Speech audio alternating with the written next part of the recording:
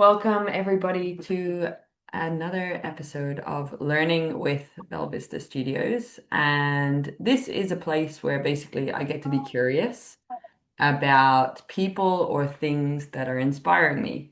And I am quite inspired to speak with you today, Sara, because especially you're playing in the AI space, and I am definitely wanting to learn more about it. We're building courses ourselves for organizations on how to prompt better, how to be responsible, how to make decisions with it. So I am curious about that as a practitioner. And I'm extra curious because you contribute and are very active in the L&D Shakers space, and it's an absolutely phenomenal community and it's just incredible, the sharing, the upskilling, the willingness to give with no expectations in return. And I really encourage everyone to be part of it on LinkedIn and that. And you also are contributing in that space, and that's why I know that you have a special kind of interest in the AI, as well as being very active in the L&D Shakers for a long time. So thank you for making the space for me to pick your brain and be curious about what you're playing with and how AI and learning are, I don't know, collaborating at this moment in time. Well, thank you, Kim, for inviting me. And yeah, I'm also very curious what is gonna come out of this, and so let's be curious together, I'll say. Sounds good. Cool. Well, the first question is like, what is your personal interests around AI and learning? What are you curious about in that space? Well, I'm definitely curious to see where this would take us, and I also want something that I want to make clear. I am not definitely per se a supporter of AI. It's not like, oh, let's use AI at all costs. No, absolutely not. But I'm very curious to see how, I mean, this tool is there, is out there. And so I'm curious to see how we can use it to get us, to be more strategic. So I don't see AI as a tool.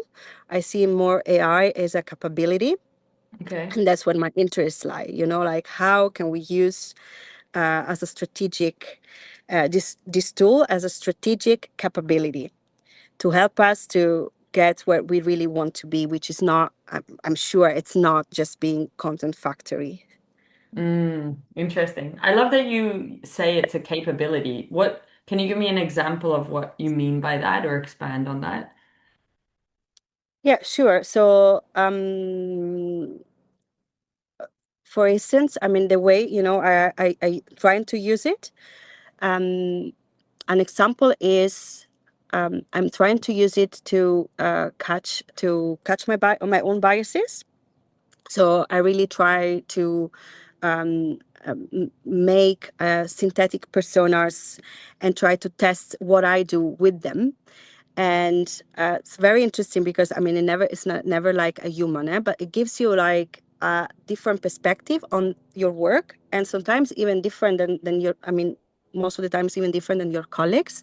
So in that case, I really try to partner with AI to have, for instance, more prototypes to present to my stakeholders. So instead of coming with one thing, I come with three things that I made together just with AI, that catching, some things that I wasn't able to catch myself or my colleague wasn't able to catch. So just bring in a new perspective. That's like an example of a new capability that I have now that I didn't have before. Another example is data. I'm not a data expert, and but I mean, I really see the value of working more and more with not only qualitative data but also quantitative data, and that really was really my weakness before. And now, thanks to I actually able to collect and make sense of data that I wasn't able to make sense before. Maybe I would have been able to do it also without AI, but it would have taken me, a month.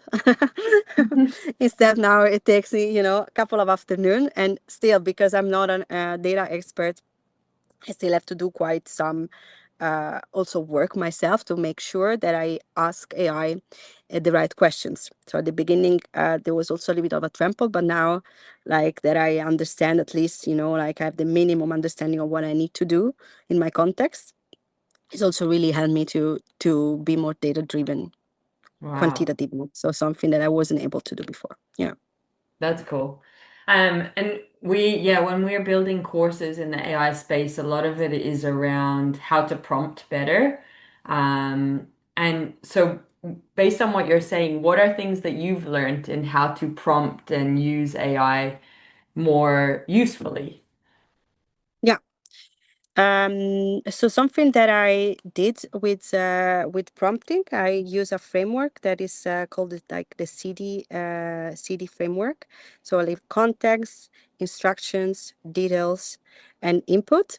And also I use AI to help me prompt as well. And what I learned, what interesting maybe. So I to write especially the instructions and the details, I also do some research. So for example, for the part of the data, to help me crunch some also qualitative data to AI and not write and not spend an hour writing the prompt, I do some research on consensus AI is called. Um, and I use, okay, give me what are the best practices for semantic analysis, for instance. Then I go on Perplexity, the research function on, okay, what are the best practices?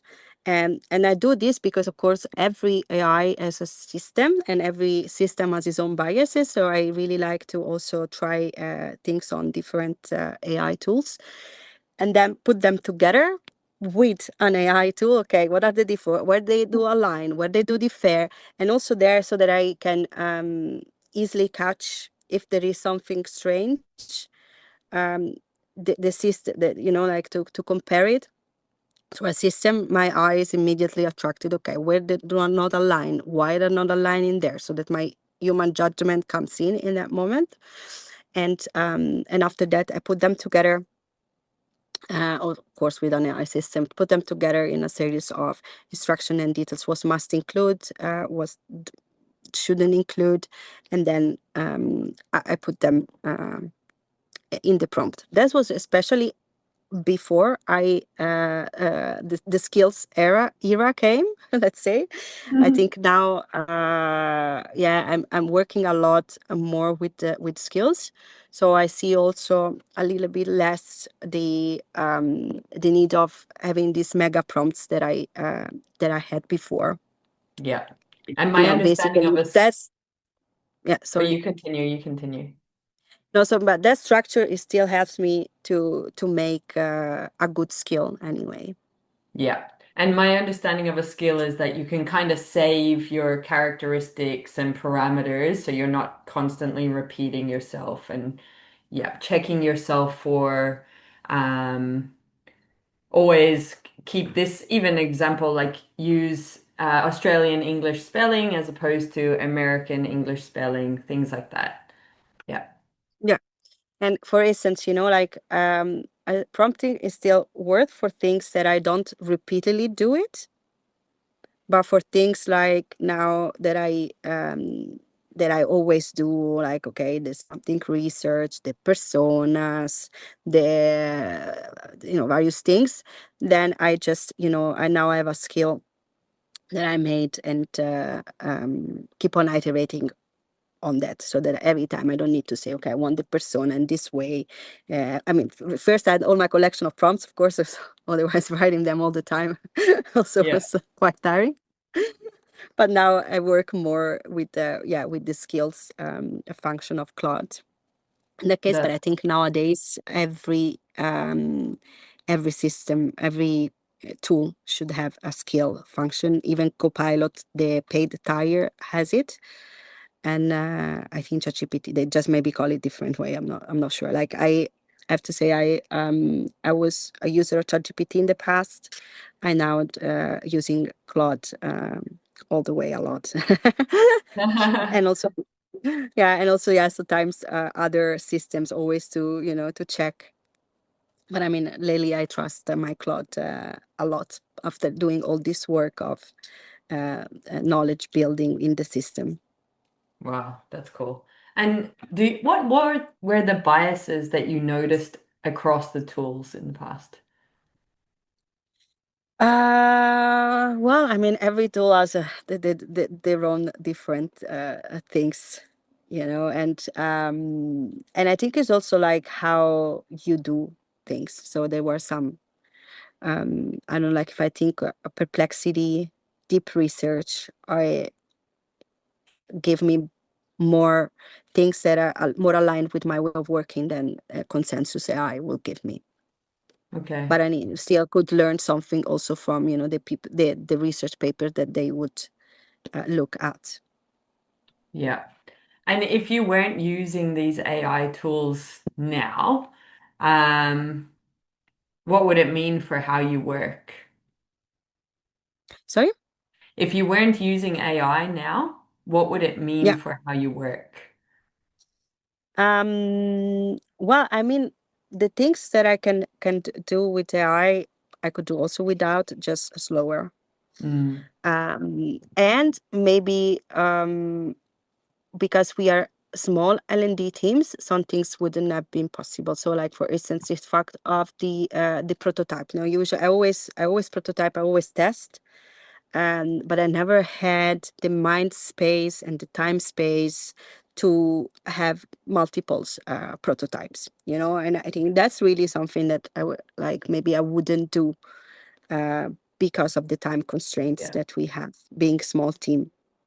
Yeah. When you say a prototype, what does that include? Well, they can take different form. So it can be some, I mean, mostly the things I launch are quite, uh, um, it's not just a course, it's not just an event, but it's resources, it's the event. It might be the product, but then we have more, where I work, we have more an instructional designer group. So that usually if it's something digital, they take care of it. Maybe we still like spare a bit, but they take care of it. But also in the past, when I work more in a digital space, then we will have like the mock-up Mm, of a digital product. So it can be it can be the storyboard, it can be the clickable thing, it can be the whole journey of the learner. There's also a prototype, when you put it on paper. So cool. yeah, I think now it's very cool that you can do, especially if I look, like when you have a journey, this is a bit bigger thing. It's very nice that you can have tested different journeys. Yeah. Yeah, that's super cool. I never really thought about it like that, to be honest, in terms of expanding my prototypes. But I like the Yeah, idea of it to help push my thinking and to challenge one solution against another. Yeah, that's really cool. yeah. And I think that's also preserves our work, like in the sense, because now I do my first prototype, then I test it, and then based on the test with the synthetic persona, then other prototypes come from it. So I don't harm my own critical and creative Mm, thinking in this way. And love I'm it. really against using it immediately, or do me the journey and then you twist it, because like this you don't realize you are basically offloading your thinking, and I think that's a very dangerous thing to do Mm. in So time. what Yeah, you start with your own thinking and then you put it in to be challenged and then expanded upon. Is that what you're saying? yeah, exactly. Yeah, I definitely think that the first draft should be yours, Mm. and Cool. only then AI can really augment your thinking, Mm. not the other way around. Yeah, very cool. And the field work, the AI field work that you're doing, tell me a bit about that. What are the objectives? What are you learning? What are you enjoying? Yeah, so the main objective is that people at the end of a cohort, which for now is of 4 weeks, so we had an appointment every week. At the end of this cohort, people will be able to do one thing that they weren't able to do before. Hmm. But the AI field work, so also we are experimenting. We will do also more things than simply the cohorts. And but yeah, I think whatever is really like trying to map these new capabilities that AI will announce. And what has it And revealed so far? well, it's I think it went better. It went good. Sorry, it was a nice experiment, and we eventually everyone left with a workable prototype at the end of the experience, and something that we weren't able to do before. So that's also very uh, nice, and there was little to do with the content creation itself. So we were very happy with the result. And I think what came up also the biggest learning for me and my team who facilitated this experience was that people really struggled with finding the right problem and challenge to solve with AI. So what we noticed that and it was also very nice to see the beginning because the first appointment that we had with people, it was a little bit more something just creative to get it to know each other. And we run a future thinking workshop. We gave them a challenge from the future, and we used also a game that we made through Lovable to do that with some prompts. And then so like just really to spark what's possible. So to get started with that discussion, after that we went okay back to the present. What are your problems? And then between session 2 and 3, people were supposed to run an experiment. Half of it didn't manage because they didn't get the right problem to solve. So they'll say okay. And that was also interesting to see. And also um, the problems were sometimes very big, so that people couldn't really bring it down. So that the other session that we run together, we really like enlist the power of social learning to really make that problem small. And then from then people could get out with a prototype afterwards. But it was interesting to notice that, people think, oh, AI is cool, just want to do something with it, instead of thinking, okay, what are my challenges this week? What am I struggling with? And how can I try AI to work in a different way and helping me solving this, what I'm struggling with. Wow, that's cool. I love it. Um, do you have like a dream challenge or problem you would love to like take on and use AI to as your collaborator? Definitely. And at this moment, for some restriction within my company, I can't make that dream true. But the dream is there. Yeah. And I think what really could enable us to do is to spot performance gap in like as they happen. So I really think that we can use AI in such a way to collect data. I don't know, my public in my own daily job is success. We work a lot with customer support, and it would be really nice if we could find a way during the conversation to already extrapolate, okay, what were the results of the conversation, or what was the gap of our service system to AI. For now, Hmm. I can't access that, but I think that's really what we can do with data. At some point with AI, it would really like the sky is the limit. If we really can use this data, collect this data on the spot, would be really a great change for us. Yeah. If you're allowed to talk about it, why are you not able to use AI? And not as I'm allowed. I mean, at the moment, we are, cautious, and I think that's in a lot of European companies, maybe Americans as well. Like, there is a lot of cautiousness. We are a software company, a cloud software company. We manage a lot of data of clients, and that safety.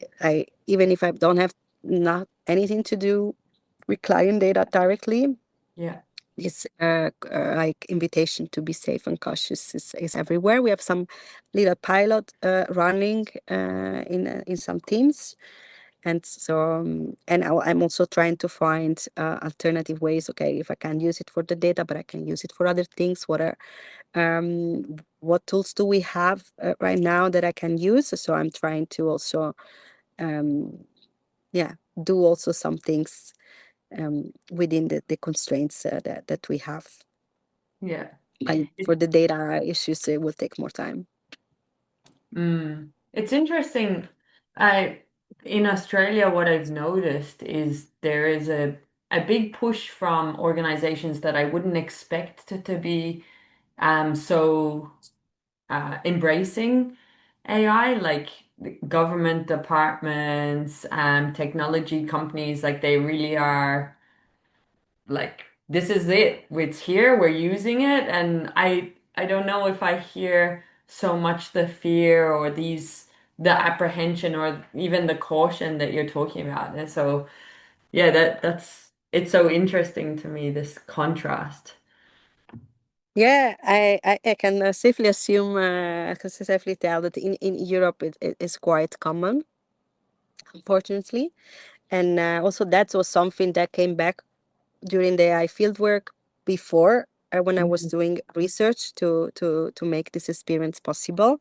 That's the diversity of access to the tools would have been really a bottleneck. Then it didn't turn out to be a bottleneck eventually. Yeah. But when I was doing the research and talking to people, there was quite a like, oh, there could have been a possible bottleneck because of the different access. But I mean, the curiosity is out there, so people are also ready to experiment. Okay, if I can do this in my work, then I do. I try another project, or I can make a portfolio project then Yeah. to also use other tools. Yeah. Yeah. Yeah. Cool. And the transformation cafe that you hosted, what insights you want to explain it and if you're going to do another one? And then yeah, what insights came from it? Yeah. So exactly, that was let's say the beginning of the field work. We wanted already start to map what's out there, and we invited 7 experts to come, and also for the first time, not wear an expert's hat. So we asked them to come with questions instead of answers, and then try to make sense together of the questions with the people. They also, some of them recorded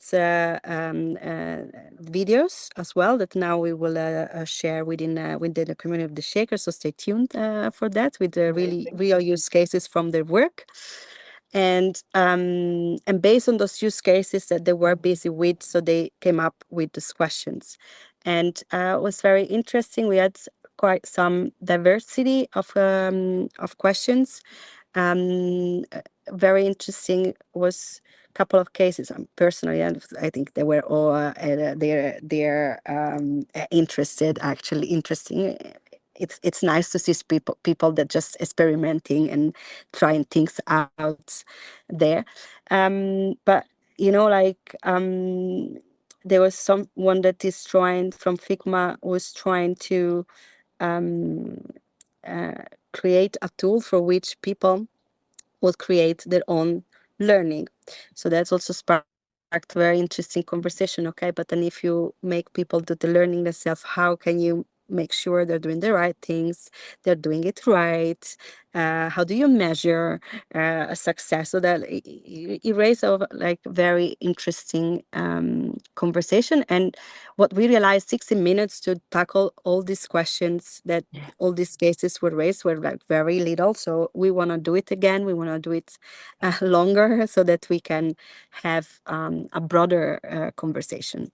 So overall, people left with more questions that they come in, which it was actually, I mean, still for us good, because that was so a little bit, our goal was to go more on the breadth, than deep. So what are the questions that are around now, at the moment?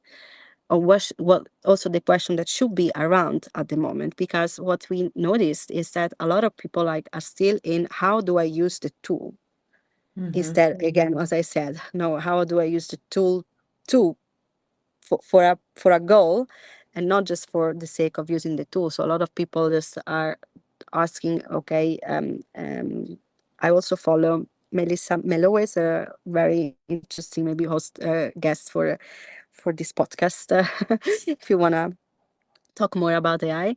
And like, people are asking her, oh, can you show me how you do it, how you use the tool to create this and that, which is like, it's not the point, because honestly YouTube is full of demos that you can follow, so you have to choose, one challenge in your work.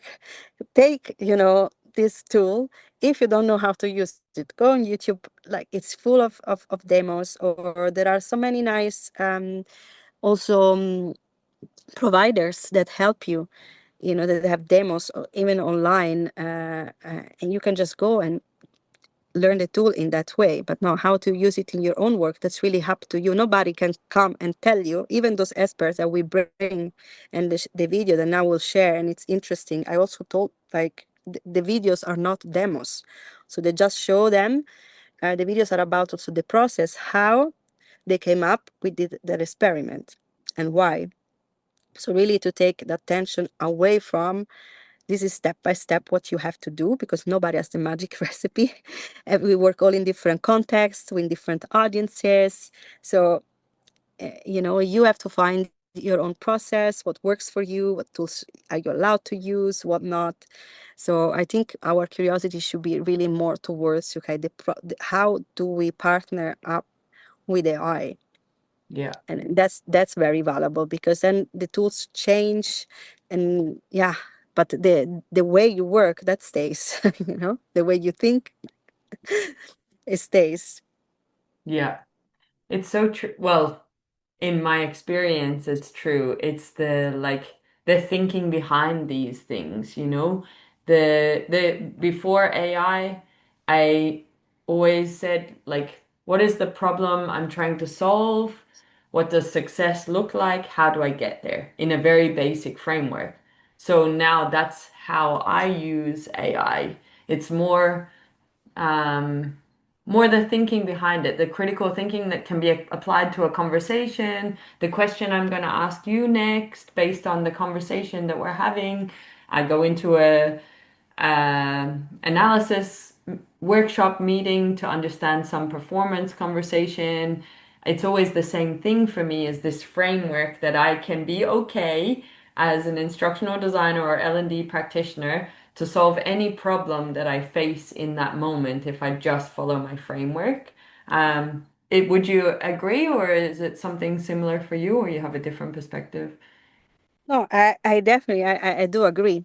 Mm. I What's do agree. yours? And I, Oh yeah, go sorry? on. No, Continue, no, and no, then I no, was go gonna ahead. say, what's your like little process for Oh yeah, yourself? sure.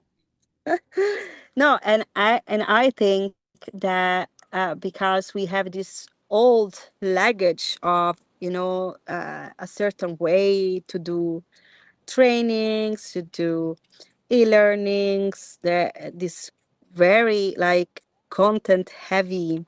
And I think that's luggage is really like, like a burden for the evolution of our position. And but I see already a movement that we start to get more from other disciplines, like design, for instance, Hmm. where we like trying to operate in a different way. And I really think that now with AI, it's really like the moment of take up certain practices. It's really like there. So you if you don't do it right now, you really are gonna become obsolete. So it's not Mm. about learning the AI again, but you have to learn how to use valuably, not only use it, but how, like, yeah, become a problem solver, more Hmm. strategic. thanks to more a designer eventually. Mm, that's cool. What are you learning at the moment to keep from outside the industry to keep current or challenge your thinking? That's an interesting question. I mean, I'm already not a traditional L&Ders, and my background. So actually, I have a degree in Asian studies. So, and I was trained as an anthropologist during both my bachelor and my master's.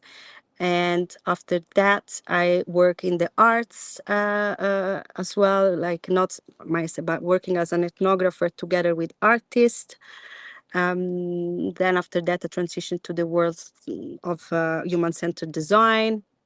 And then at some point, I ended up in as learning experience designer. So like just actually connecting all the dots of my career. When I entered L&D, I already had a very different luggage.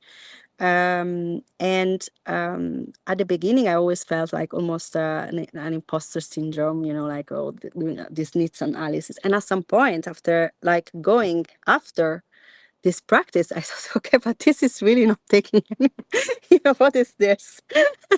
It's really not taking anywhere. So like, then I kind of just stepped back to my own real identity, and I understood the value of actually not having a classical L&D background, but bringing, a bit of, my anthropology background, my designer's background, my arts, my experience in the arts, in project management. So like, I really see actually the value of coming from a different angle.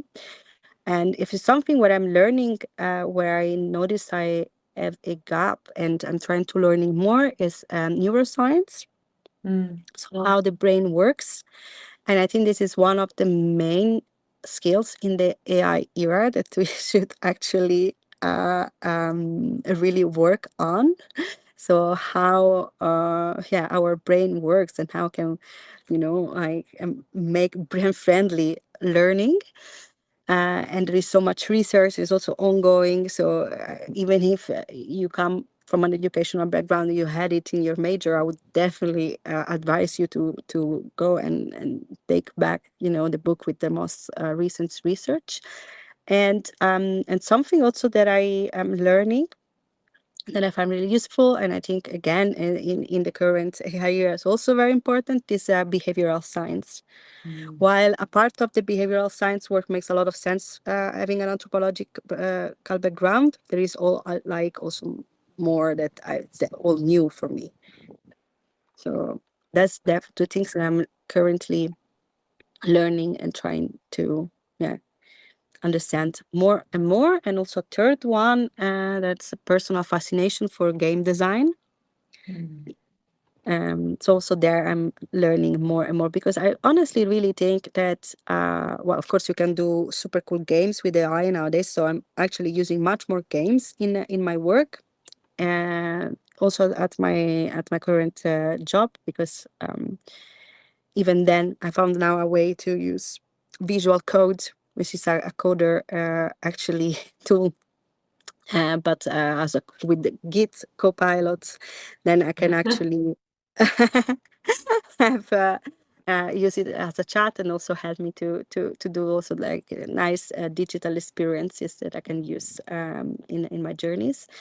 Um, but I really think that the future of learning is human, and that we will really value more and more to come back together. So I think experience design and game design is a part of experience design, is also very valuable skills nowadays.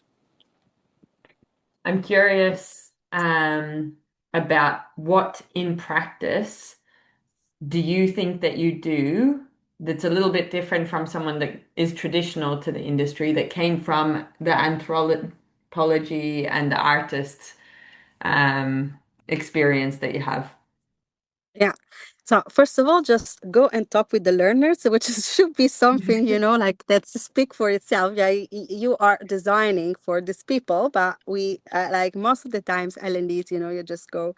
They do once a year this needs analysis, big needs assessment, and then they think, okay, this is a whole year. This is what we're gonna do based on that. No, like everything changes, and especially nowadays. So, like, I think the first thing is just talking to the learners, um, starting really with talking to the learners before to do anything. And also working with, okay, personas, because it doesn't, what I also observed in teams, even when they do the research, okay, we've done the research, then we're going to develop. Actually, because prototype is also another thing that most of the classical L&Ds don't do. I mean, maybe someone even goes on as far as prototyping, but then they don't. Okay, this was the research. This is what we got from the research. Okay, now we go. Uh, okay, and then you end up designing something that actually wasn't solving the problem of your research, because your research is there in a report and you didn't touch it for all the time that you've been developing. So personas is also another thing that I do. And then I would say, okay, the prototyping, most of the times I also don't see really like the prototyping part, just really having a sketch and going to the people and try, to have a conversation around that sketch. Um, yeah, and then so I think this part of prototyping, testing, and iterating at different points, is something that I think really differs from the typical L&D background. That's cool. I love it. I can support what you're saying. I feel like that has been a game changer. This human-centered approach, like talking to people, having personas, has been a game changer for how we think about the problems we're trying to solve at Belvista Studios and the impact that it's having on people's lives in the organizations that we're creating solutions for. Um, and it blows my mind to think that there was another way before that, and now Yeah. there's no way that I can't do that anymore. So I definitely support what you're saying in that and encourage people to look into, well, actually we have a whole playlist on human-centered design for instructional designers. So on YouTube, I encourage people to do that. But yeah, definitely supporting No, definitely. that. And yeah, right. And yeah, I find it when I came in the industry, for me, like, okay, talking with the people is really like the minimum. If I could, I would even go there and sit with the people. If I was given the time and the space, I would really like go sit with the people, follow them, do their own job, step in their own shoes. Yeah. Luckily, nobody has ever given me the time space to do that. So, but already having, an interview and asking people to take me through this journey to their work, to their daily work from in a project from day one to the end of a project, and that's already something valuable. Yeah. Well, for me as well, like instead of going in for content first, like the way we our kind of process works now is these questions allow us to literally have the exact content that is required. So I'm not having to figure it out. The people are telling me this is what we need, this is the how, this is the why, this is the what, and I feel like we're massaging a solution together as a result of that that fits the need. Yeah, and also like, yeah, there is a lot, of course. It's not only our fault; it's also our stakeholders and the culture of the organization where we work. I mean, the learning maturity of the organization is also like a pretty big factor for slowing Mm. down the transformation of L&D, I think. Mm. Yeah, I would say, yeah, I would encourage people influence as much as you can. You'll win them over. Maybe the next project. Yeah, yeah, you always sometimes it's also a little bit of giving and give up, okay, on this, but then I try to do this, and yeah, it's change management. Yeah, yeah, for sure.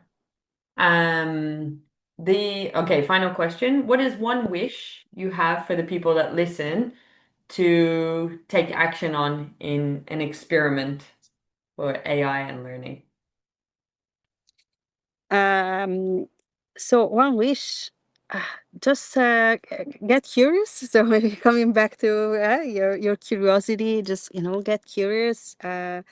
Maybe for one week, just try to write down where you get stuck in your work, Mm, and then after one week, say, okay, like let me take this tool and let me see if I can work differently, if I can work around this challenge that I currently have.